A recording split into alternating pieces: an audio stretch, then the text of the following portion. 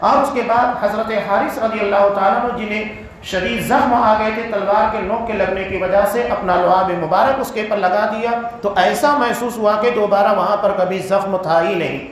تو یہ مسئلہ پیش آیا، اور اس طریقے سے یہ جو کارکردگی تھی جو مسلمانوں نے کی تھی، یہود کے ایک بہت بڑے سردار کو مارنے کے بعد یہ لاش لوگوں کے سامنے صبح دکھائی بھی پڑی، اس کا نتیجہ نکلا کہ بقیہ جتنے یہود تھے جو معاہدہ کرنے کے بعد آپ صلی اللہ علیہ وسلم کے خلاف کام کر رہے تھے، مسلمانوں کے خلاف کام کر رہے تھے، یہ سارے سانپ اپنے بلوں میں واپس چلے گئے، کیونکہ وہ سمجھ گئے کہ ہم نے اگر مسلمانوں کے خلاف کوئی سرکشی کی تو نتیجہ یہ ہوگا کہ ہمیں بھی اسی طریقے سے مار دیا جائے گا، ختم کر دیا جائے گا۔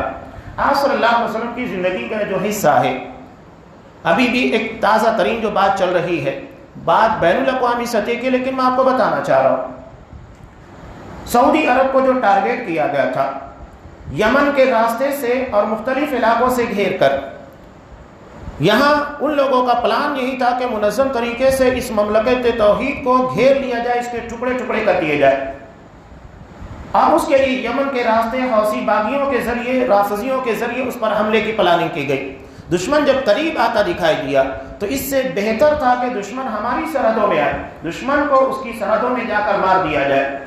الائنس بنانے کے بعد باقاعدہ طور کے پر ان لوگوں کے پر حملہ کیا گیا، اور آج کچھ ہی لوگ بچے ہیں، الحمدللہ اللہ نے کامیابی دی، اور وہ سارے کے سارے اپنی بلوں کے اندر واپس جانے لگے ہیں۔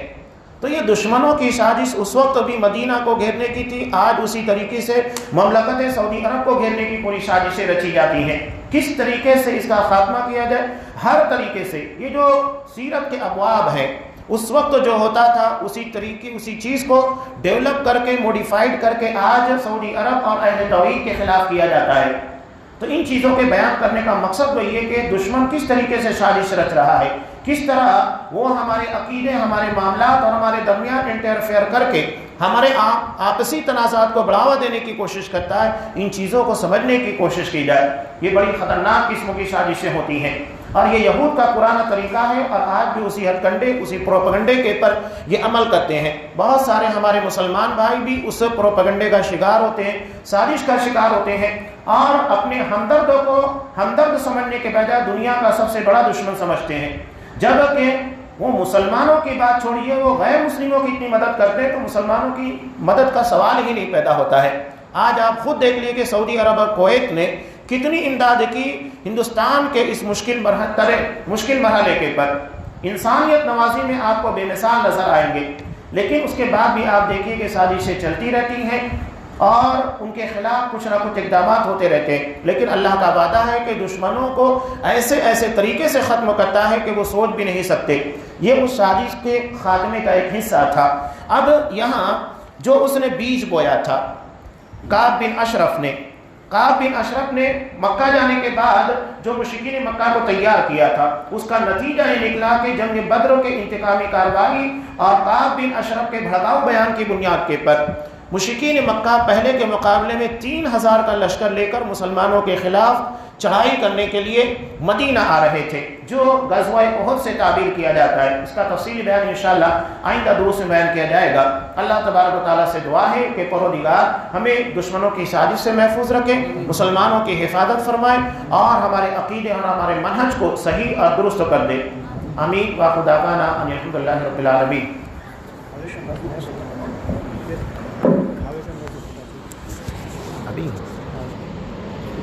ابھی